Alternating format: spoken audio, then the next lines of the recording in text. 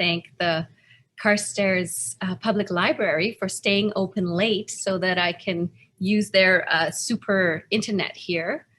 And I want to also thank Hugh Rookwood, who is actually here with me for moral support and also just keeping me from freaking out. And finally, I just want to say thank you to Heather Lones from Alpine Book Peddlers in Canmore, where most of you guys are. She is not only my distributor and wholesaler, but she's an incredible champion for Red Barn Books. And she's actually the one who connected me with the White Museum and made this possible. So thank you to all of you. So to everyone who's joining, please just get comfortable, pour yourself a drink, grab some popcorn or some chips or something. And we're going to have lots of videos here. So I'm not going to be doing a ton of talking. What I'm going to just do is sort of go over the 4 books that I've published so far and in the order that we made them, and you'll get to meet the authors and the artists that are behind these incredible books. We're going to do a big Q&A at the end, like Natalie said, but I'm going to just stop after each book and check in with Natalie, see if any questions have been posted in the chat about each of the books, and then I can kind of just quickly maybe knock those off before moving on. So, who are we? So some of you don't know Red Barn Books at all, and so I just want to give you a bit of an overview. I am the Emerging Publisher of the Year as selected by the Book Publishers Association of Alberta for 2020, and they are an incredible organization, and they've supported me so much, and they've really pushed me to sort of take my game up a level. So I really want to thank them for not only that honor, but for really all their support and mentorship. I've been around since 2019, so this is the start of my 3rd year. I'm what's called a micropress. I do only 2 books a year, and that's about all I can manage. So I've published 4 of my own, which you see on the screen here, the Howdy, I'm John Ware, Leadership, Horsewoman, and Guardians of the Wild. Those are the ones that I've published, but then I also carry a couple of books by Alberta authors who I really love. So you'll see the orange book there, which is Bedtime Stories for Old Boogers and Boogerettes, and that's by the country comedian Old Ugly, whose real name is John Glosson, and he is just this wonderful man out of Nanton, and I'm just so happy to carry his book. And then there's a Cowboy Cody series by Becky Wigmeyer, who is an author out of Brooks, and she's a rodeo mom, and she in fact just started the Wild West Kids Book Club. So if you have any little buckaroos in your life, she puts together these beautiful subscription boxes every month with 3 different farming, rodeo themed books, and she individually gift wraps them and mails them. And, she's also a wonderful supporter and collaborator of mine, and I am honored to carry her books as well. So I like to say that all our Red Barn books, we aim to leave a hoof print on our readers' hearts. So Western, cowboys, that's kind of our scene. So how did we get started? So I'm going to just play you a little slideshow here while I tell you about this little guy who happens to be my son. And from the time he was born, really, he's been fascinated with cowboys and horses and this whole Western way of living. And I couldn't find him really very many books when I was looking for books for little boys. There were a lot of ponies and a lot of unicorns, and that just wasn't sort of cutting it for him. So quite foolishly, I thought, oh, well, I've done some news writing and editing. Maybe I can do something about that. And so that's how this all came about, with the support of a lot of friends and family. And yeah, I just find it very odd that there's not more books about horses, given that we live in Alberta, given that this is the heartland of Canada, and that given that there are so many kids who live sort of this Western lifestyle. And I feel really strongly that everybody should see themselves represented in their books, see Alberta represented in their books. And, there's a lot of great stories out there about people from all over the world, but I think we need more from right here in Alberta so that our kids grow up knowing their history, knowing their heritage, being really proud of where they come from, and really feeling invested in the land here. So that's kind of why we got started. But of course, I don't know anything really about this Western and cowboy lifestyle. But these guys here, the three musicians that you see on the top right of your screen, they are actually Canada's government cowboys. So I thought they would be a good place to start. And also because Decky, my son, had been singing their songs since he was 2 years old, even before he knew what the words were and he knew what the words meant. He's been singing songs by the Wardens. So I just emailed them out of the blue, and I heard back from Bradley, the one on the right in the blue checks. And he said, anything that gets kids reading, we're behind. And so that was the start of a beautiful collaboration. And you can see their album there, Sleeping Buffalo. There's a song on there called Government Cowboy, which you're going to hear, which is actually the one that we adapted and turned into the Rocky Mountain Rangers. So, yeah. Now, the other person you see on the screen is Leah Galemba, and she's the incredible artist behind this book. So you can see a couple of pages from the book here on the screen. As you can see, it's just sort of a little rhyming book. It's not really a beginning, middle, end kind of story. It's meant to be something that you read to your child at bedtime, and it just transports you to the Rockies and is a really nice, beautiful, calming thing at the end of a long day, And Leah, she really wanted, because of the Warden's songs and because it was all about the Rocky Mountains and the wilderness, she wanted to give it that really rugged kind of feel. And so she ended up hand carving everything that you see in the book and then digitally scanning it and coloring it. So we're going to see very shortly a video of her working in her studio in Airdrie and doing some of that hand carving.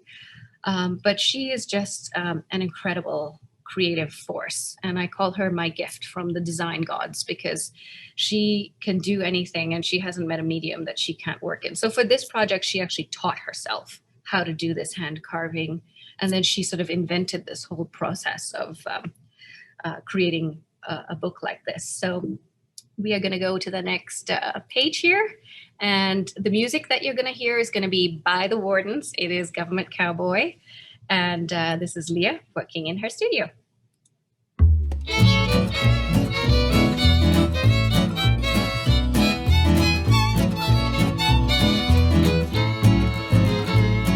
I can ride, I can rope, I can jingle and pack, and I can tack a shoe on. As a matter of fact, I head for the hills and ride for the gov, getting paid for doing something I really love.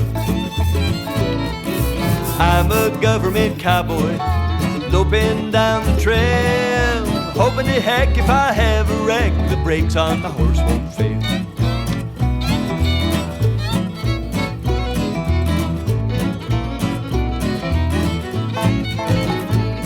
Chopping wood, skidding logs, drift fences to fix. You got a jug, buddy, I got the That's mix. some of them. There's a few more.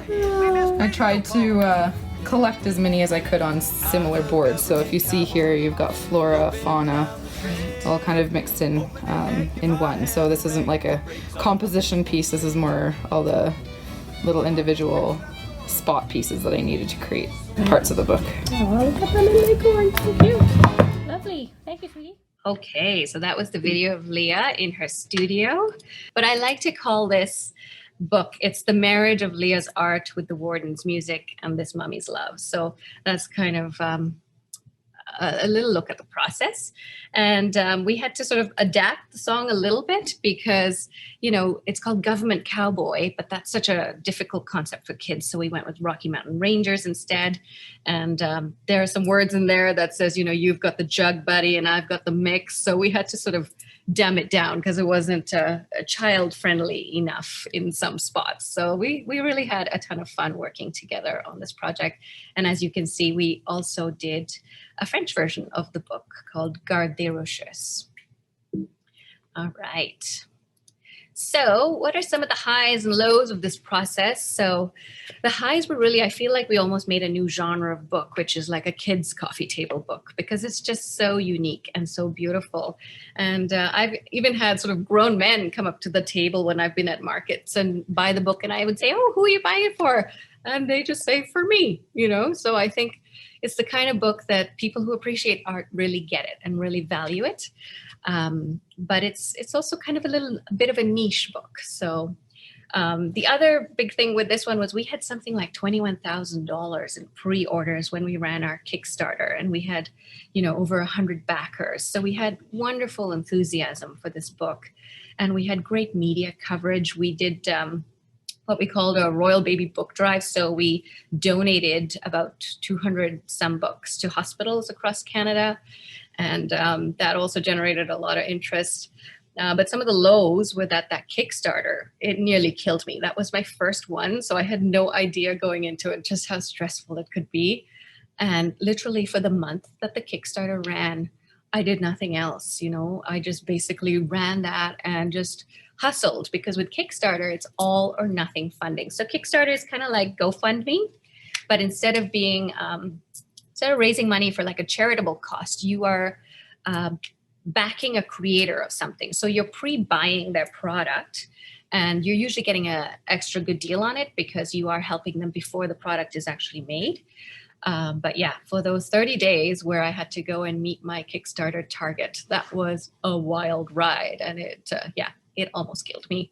And then the art, you've seen a little bit of the process of the art, but I think Leah maybe wasn't aware of how much work was going to go into the art, and she had a full-time job, and she was doing this on evenings and weekends. And I know Leah's on the call, so if Leah wants to add anything, or if you guys want to ask Leah anything about the process, you can feel free to do that during the Q&A.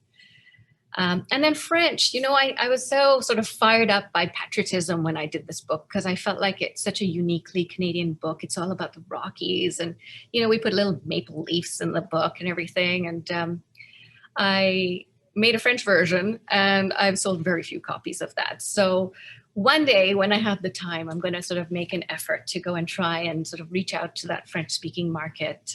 But I understand that it's a bit hard. And then the other thing that was hard about this book was just a huge learning curve, because this was the first one. The learning curve that came with it was crazy. Everything from, who are the big book printers in Canada, to how do you get a print quote? How do you compare them? Because they all give you the quote in a little different format. How do I get an ISBN? Packaging, like finding envelopes and figuring out postage. And so everything was complicated for the first time, and in some ways still is, even after the first time. Okay, so that's the Rocky Mountain Rangers book, and we're going to move on next to Horsewoman. But are there any questions, Natalie, that people have put in the chat as yet about that book? Let's keep going. Okay, sounds good. Okay, so Horsewoman, this is my big seller, and of course this is all relatively speaking. We're talking thousands, not tens of thousands or hundreds of thousands like some other publishers have. But Lee McLean, for those who don't know her, she's this incredible horsewoman out of High River area in the foothills of the Rockies. And she has a Facebook blog with about 30,000 followers. So she's got this big built-in audience already. She writes beautifully. She rides incredibly. She trains horses. And when she sells them, she actually guarantees them for a whole year after the sale, which almost I think nobody else does, but that's sort of her level of confidence and commitment. So she writes Western, she writes English, side saddle is a passion of hers. She trains, she competes, she judges. There's really nothing that she doesn't do. So what we did with this book is that we just took sort of the best of her blogs and the best of her journal entries, because she's been keeping a writing journal for about 45 years. So we compiled the best stories, we organized them by seasons. And as you can see here, we have these beautiful illustrations that Leah designed for us based on the things that mean a lot to Lee. So we have these beautiful custom illustrations, and I'm going to just have Lee reading to you the introduction to her book so you can get a sense for Lee and the book. When I was 6, I went with my father to an auction sale held just outside of town. The barn was well known to me, a place where shadowy men did horse deals by the lights of their pickup trucks. Arguments were solved with the brandishing of knives, and the local police were often there asking questions. Still, this was a place where I somehow felt at home. The day of the auction was very cold. frozen sap of the jack pines cracked like gunshots. I had a fur-trimmed hood on my parka and wore new sealskin boots. I remember this because my clothing, along with my small stature, caused a great commotion among the assembled sale horses. Many of the local ranchers added to their winter income by chasing and capturing wild horses in the bush.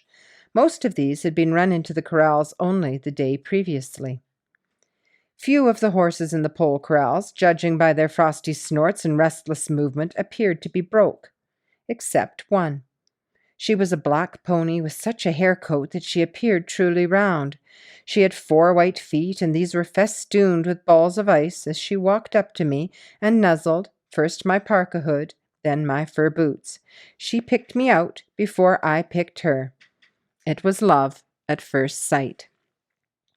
One of the old ranchers showed me that the black pony was broke because when he pulled on her forelock, she gave with her head and led right alongside him. I tried it myself and excitedly called to my father. "Dad, the black pony," I kept suggesting. But my father was not one to brook childish interruptions. He was talking business amid much loud laughter. My dreams for the pony didn't stand a chance. Watching the auction through the bars of the corrals, I stood silently while the pony entered the ring and was sold. I knew that my father had not even put in a bid. I tried to be happy. The day passed, and the men one by one left to start their trucks and head home. As Dad and I were leaving, we were approached by one of my father's old friends.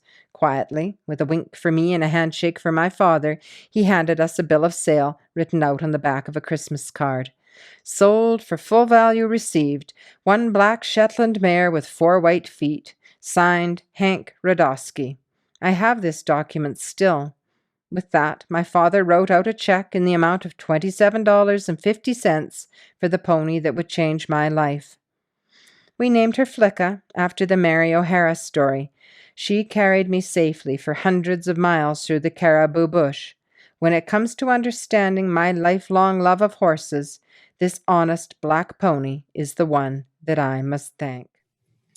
Okay, so that was Lee, and I hope you enjoyed that. So Lee's been on the Amazon bestseller list in the writing category more times than we can count. And that's saying something because it is a $40 book, this book. And I'm talking about the sort of the deluxe edition that Leah, again, designed for us. So we gave it some really nice little touches. You know, we made a really nice cover for it, and I put my little Red Barn Book stamp on everything. And then we went with the little decal-edged paper, which I don't know if you can see here. It's sort of like this special antique paper. And then we have those beautiful illustrations that I talked to you about. It's got little features, you know, like the built-in notes pages, because Lee's a big proponent of people journaling. So we get all kinds of funny comments from women who buy the book because they just absolutely love the feel of the book. They talk about it being an experience, having the book. They talk about just wanting to sort of run their hands over the pages. Somebody even talked about wanting to lick the pages. So it's a really special book. And again, kudos to Leah for really making it happen and making it come together so well. One of the things that the book publishers said when they awarded Red Barn Books the Emerging Publisher of the Year was that our books have a really luxurious feel. And I think a lot of that has to do with Leah kind of really directing the look and feel of Red Barn Books.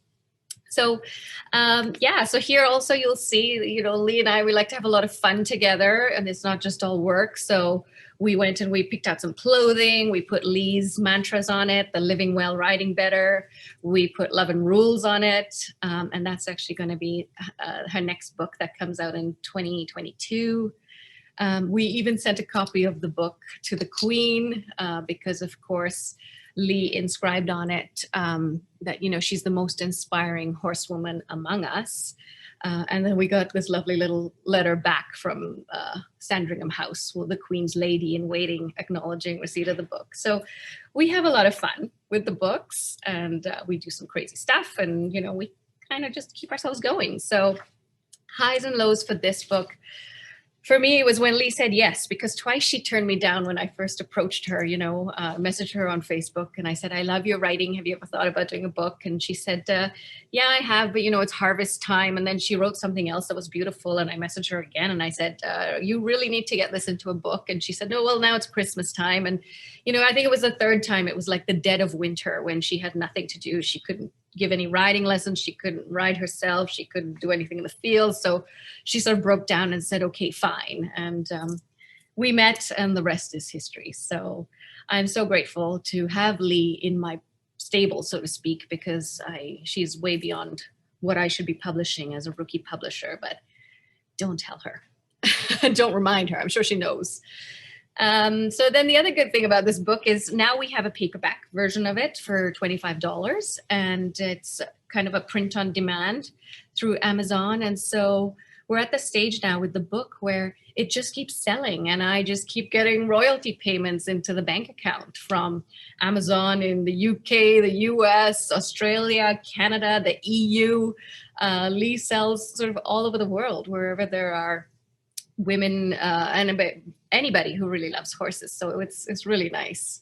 And, one of the things is I keep saying women, but it's not just women. It's actually a lot of men read the book. And, what they tell Lee is that they read it to try and understand where women are coming from when it comes to their ridership, and that they find that it's actually all the same things. Everybody just wants to be loved and understood and to do well with their horses and do right by them. So that's really cool. And then there's also a lot of grandmothers who tend to gift the book to teenagers. And so Lee gets these lovely little notes from teens telling her how much they love reading her book. And hopefully one day, maybe Lee will do a book called Horse Girl that's sort of really directed at that youth audience, because that's also a passion for Lee.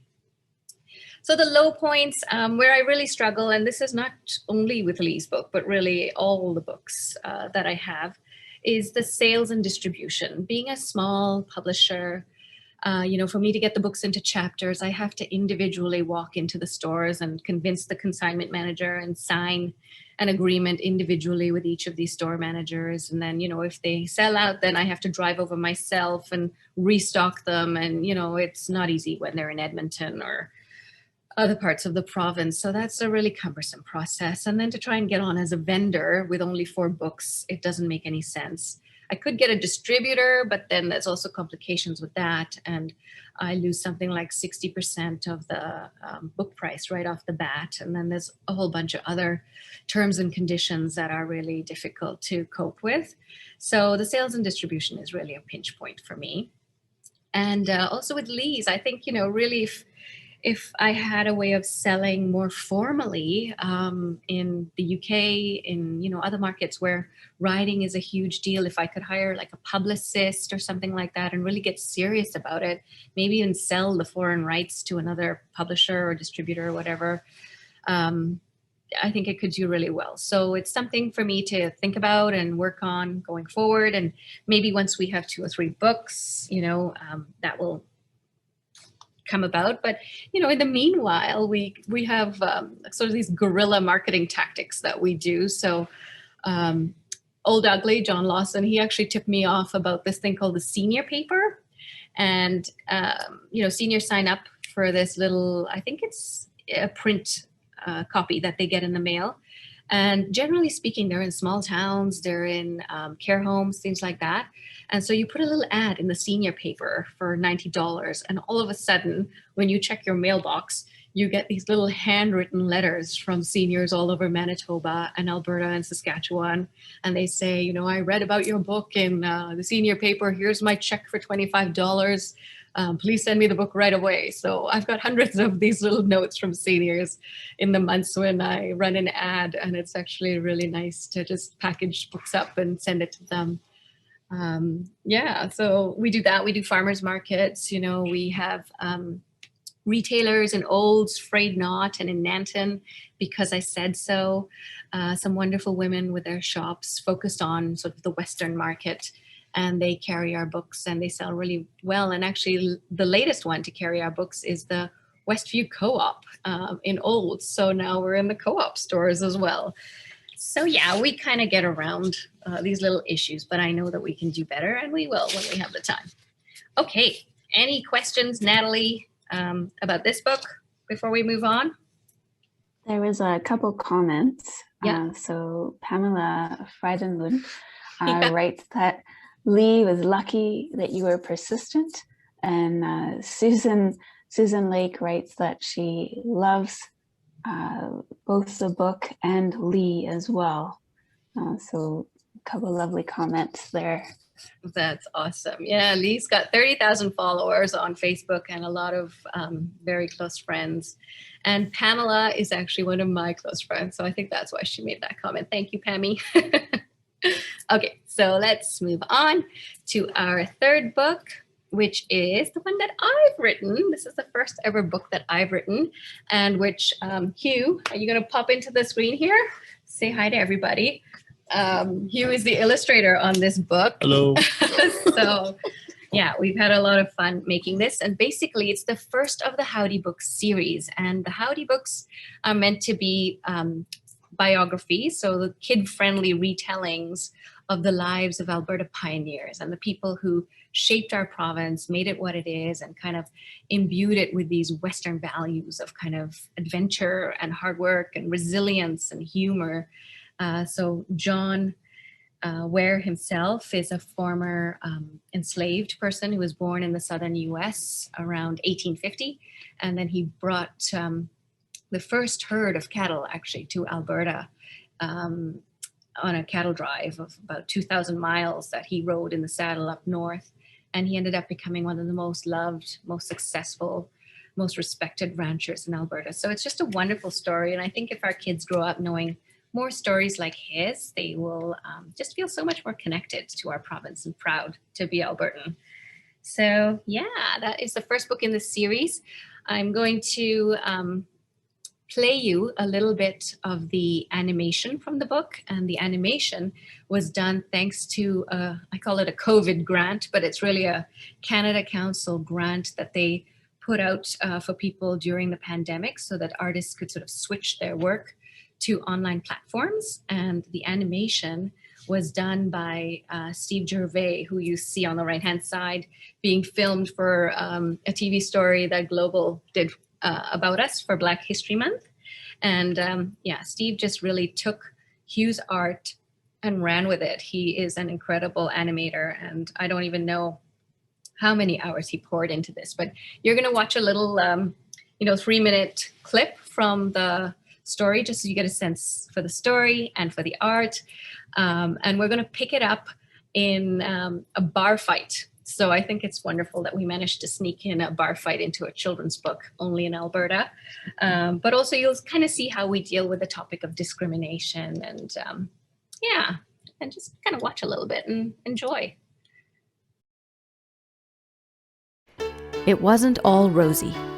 Some people in town didn't like the color of my skin, and one guy refused to serve me. I dumped him across the counter and served drinks to everybody. Whoa there!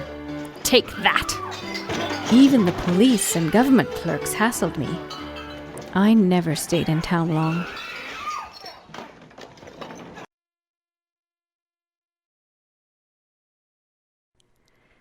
About this time, a young lady called Mildred Lewis moved to Calgary with her family from Toronto. She's the most beautiful woman I've ever seen.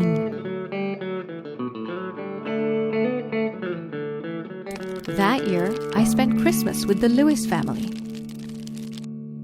After dinner, I asked Mildred to be my wife. If you'd like to be an old cowman's missus, I'd sure like to know. Are you asking me to marry you? Yes, John.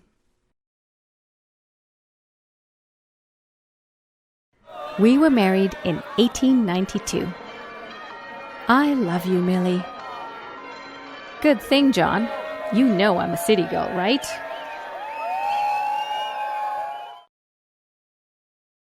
Mildred was a wonderful wife.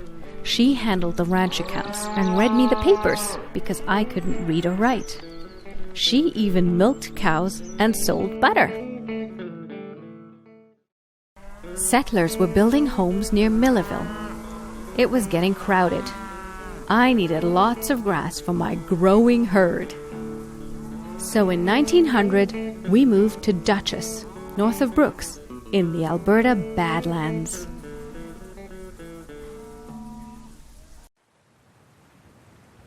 That year, the Red Deer River flooded. Our cabin was washed away. But ranchers don't know the meaning of the word quit.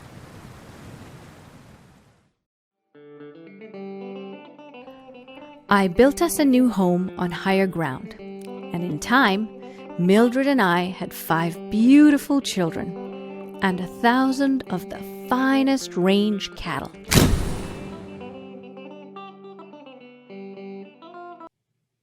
Okay, so that was a little bit of the animation, and now what I just want to show you is the process that Hugh went through with the art. So it's pretty self-explanatory. You'll see these little markings, but yeah, just enjoy. And the music, sorry, I don't know why this keeps happening, but the music that you're going to hear and what you heard in the animation was actually created specifically for Howdy, I'm John Ware by Bradley Bischoff, who's one of the wardens. So there's a little connection here to the wardens as well. Okay, so enjoy Hugh's art.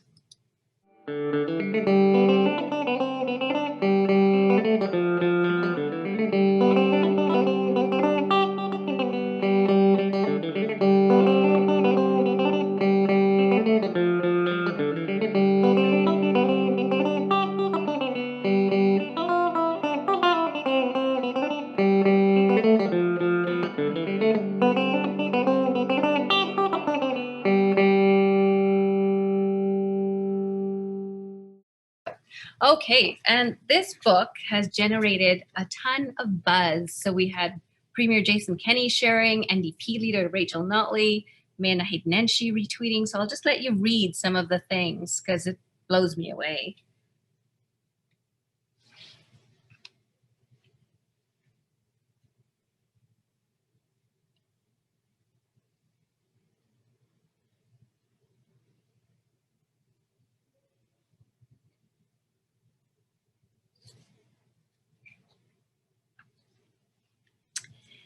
Yeah, pretty special. And then teachers really got excited about the book as well. So here you see the Calgary Catholic Schools teacher, Paula Howdy. She organized a Zoom for 80 classes, and she did that twice. So we reached something like 4,000 kids at the Calgary School District. And then we also had some other schools participating, and hopefully my presentation hasn't stuck, but yeah, you'll see a little reading club in Toronto coming up, and sometimes we do a whole school, sometimes we do just one classroom, and then the teachers, they also share with me some of the incredible artwork that the kids do. So on the left-hand side, the bottom left of the screen, you'll see the kids who have sort of followed along with Hugh, because when I do the virtual visits, I read for 15 minutes, take some questions from them, and then Hugh spends 30 minutes actually teaching the kids to draw John Ware. And of course, that's all that they rave about at the end of it. Nobody talks about my reading. They're just all crazy about Hugh's drawing, which I don't mind. And yeah, so you'll see kind of the ones that freehanded and sort of freelanced it versus the ones that followed along with the drawing lesson. And then in the bottom right of the screen, you're going to see a book report that was done by a little girl called Juliana in Airdrie.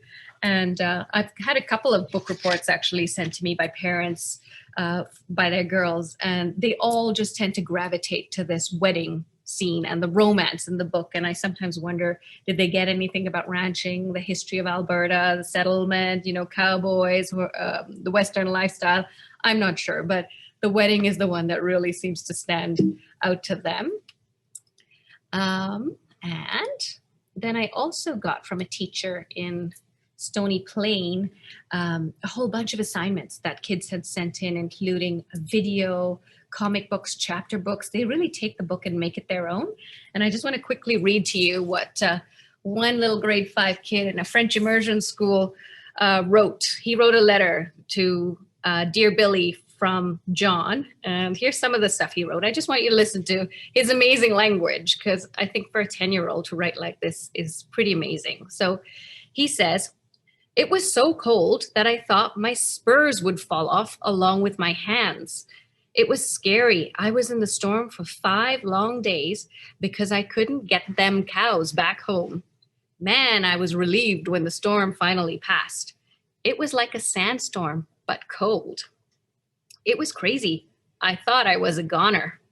And when it finally cleared, it was amazing. I am lucky that I am still alive. I don't think I lost a lot of cattle, but who knows?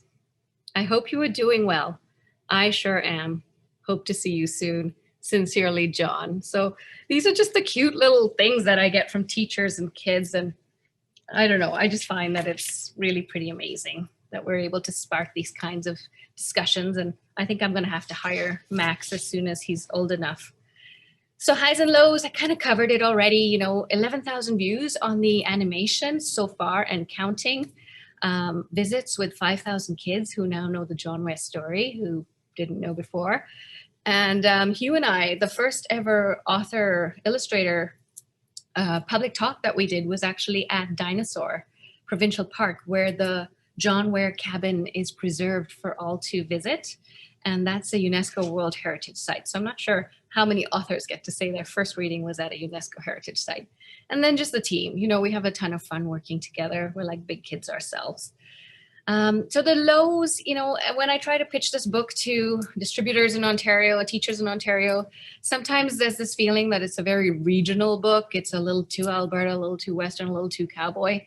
So I think we're just going to have to chip away at some of that sort of perception and just make sure that people know it's a Canadian book. And I think kids, even the kids that we've read to in Toronto, love the book. And, on BiblioShare, which is a Toronto-based showcase for Canadian children's videos, our John Ware story has something like 6,000 views, whereas the other books have something like 500 views. So I think there's definitely an audience and an interest from kids, but I think sometimes the librarians and the teachers and the parents and the gatekeepers are the ones that I kind of need to figure out a way to get past. So the other thing with picture books, oh my God, they're expensive to make, about $20,000. I know a lot of people think they can make a children's book. Once you start trying, you realize just how hard it is, because the art, if you do it well and you get a professional artist, which you should, is going to be something like $10,000. And then the print run is going to be something like $7,000. Then you've got writing and editing and sales and marketing and administration, planning, all that stuff. So, it kind of adds up. So that's a challenge with the picture book. Okay, any questions or comments, Natalie, before I move on to the last book, the fourth book? So the kids' drawings are wonderful. Leah Columbia is saying future illustrators. Nicholas Corbet is saying those drawings are so cute. And Janet is asking, are John Ware's family still ranchers in Alberta? Good question. So John Ware, even though he had 5 kids, none of his kids had kids. So he has no living descendants. There are some family members on his wife's side, so Mildred's side of the family, and they're called Lewis's. And they do some farming and ranching in BC and Alberta, but unfortunately no Wares. So that's a great question. And actually that's one that I get all the time from kids, along with what were the names of all his children. And I usually remember only 4 out of 5. Okay, so let's move on because we're kind of running out of time.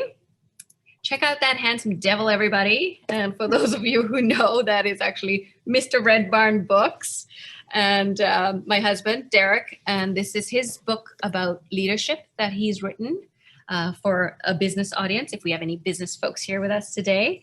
Now, Derek grew up on a horse breeding farm in BC, and he ended up joining TD Bank after doing his master's in political science. And he started as a teller up in the Yukon, and within 10 years, he was already promoted to be a district vice president, and he was with TD for something like 23 years.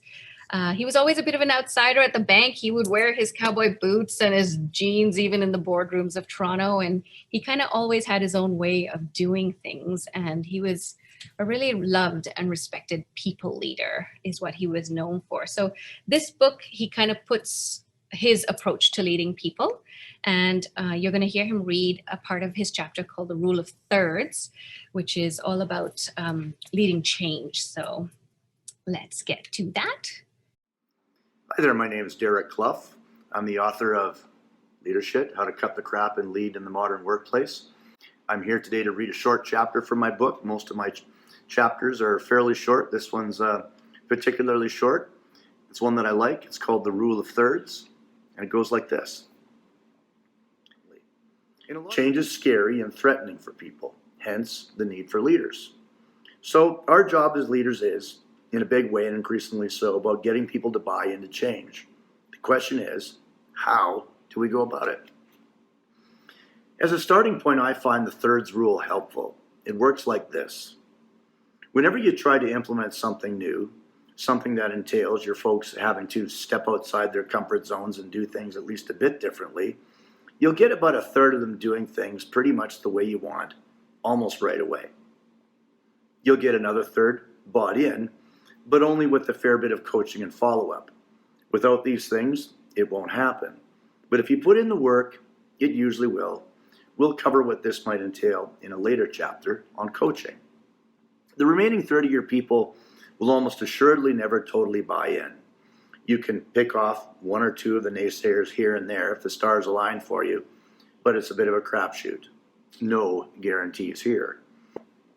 In my experience, you can entrench the change you're trying to implement if you can bring the first 2/3 with you. If you have some savvy and some luck and can get some of the people in the last third coming along with you, you're golden. Without solidifying that first 2/3 though, you're sunk. You need to start with and focus on them, especially the middle group, intensely. Some organizations really do need to have absolutely everyone bought in. Imagine the catastrophe that might happen at NASA, for example, if teams in their entirety weren't pulling in the same direction. But human nature being what it is, as I allude to above, unless we're literally talking about life and death situations, it's pretty unrealistic to expect to have everybody toe the line. The good news is that very few successful leaders do, in fact, get all of their people marching in the same direction. I call BS on the ones who claim they do. All you have to do is look at the world of sports to see it. Do the New England Patriots, New York Yankees, or Barcelona at any one time not have disengaged, disgruntled, or even downright pissed off players playing for them? Of course they do. But they have a good core of players buying in, at least 2/3, I can guarantee it. And so they consistently win. No, you won't bring each and every one along, nor do you need to. Focus on bringing an essential core along, and don't stress too much about the Luddites you leave behind. I hesitate to suggest you simply cast them aside, label them haters, and ignore them, however. They have a purpose, and as people value, which we'll explore next. That's it. Thanks very much for listening. So he's got lots of other great gems in there, including one called the shit Twinkie, which we all need to learn about and avoid. Okay, so what's the highs and lows? This one's the simplest to produce. I mean, there's no graphics. Leah designed the cover. It was such a small file. When she sent it to the printer, I called her and I said, I think you sent the wrong file because it was, 40 kilobytes or something, and I'm used to having 400 gigabytes. I'm exaggerating a little bit, of course, but yeah, it's been really easy. It's been a fun collaboration between Derek and myself. And it's sort of led to some new career options for him since he's done with the corporate world. So he's got some coaching clients. He's on a speaking circuit. And I can thank Vivian, one of my friends who's actually on the call, for keeping my husband real busy. So it's been great. And here again, the sales and distribution, it's the same pinch points. And especially now, I've been trying to make inroads in the Western world, but this is a business book. And so, it's kind of like another new direction. So yeah, so that's that. I'm going to speed along a little bit here. So what's next for us? This is the next Howdy book about Flores Ladue. She's called the First Lady of the Calgary Stampede because she helped to found it along with her husband, Guy Wiedek. And, she is also the undefeated world champion trick roper. And she's in the Cowgirl Hall of Fame in Texas. She made Alberta her home, High River area, which is where she's buried, and yet very few people know about her. So that's going to be coming up later this year. Hugh and I are already working on it. And then the next one is sort of a world exclusive. This is the first time that we're revealing the art to the public. It is still a draft, but this is called Alberta Blue, and it's going to be a baby board book. I want it to be the unofficial lullaby of every Albertan child. Whenever a child is born in Alberta, I want this to be the gift that the parents get. The art is by the incredible Jessie Horn, who is a young artist and a graduate of Alberta University of the Arts. And the layout and the design and the art direction is all again by Leah. The words are by Pat Hatherley, this wonderful musician out of the Turner Valley area. And the song itself is sung beautifully by a group called the Traveling Mabels. So here is their CD, and I really encourage you to look up the Traveling Mabels and Alberta Blue, because it really is such a gorgeous little tune, and again, something that I think parents will absolutely just love reading to their kids here in Alberta. So yeah, so that's what's coming up this year. Next year, we're going to have Love and Rules by Lee McLean. We're going to have another Howdy book, which is going to be about Tom Three Persons, a blood tribe member. And so I'm hoping to actually have someone from the blood tribe write it. And then, you know, a bunch of books about diversity. I just have a passion for diversity. And I have a whole bunch of titles that I would love to do, but no time and resources. So my dream is that, you know, somebody from a big publishing house will approach me and say, will you head up our diversity division? But that's just a big dream right now. And if things don't go well, then I might just have to get a real job and, you know, actually contribute to the family finances. So that's really the story so far. I only have, you know, about 7 minutes for questions. I can stay and answer questions. You can buy the books from the White Museum. They're offering a 20% discount. I'm going to send them 3 special edition signed copies. So for 3 lucky people who purchase books, they're going to get deluxe editions of the books, a free upgrade there. So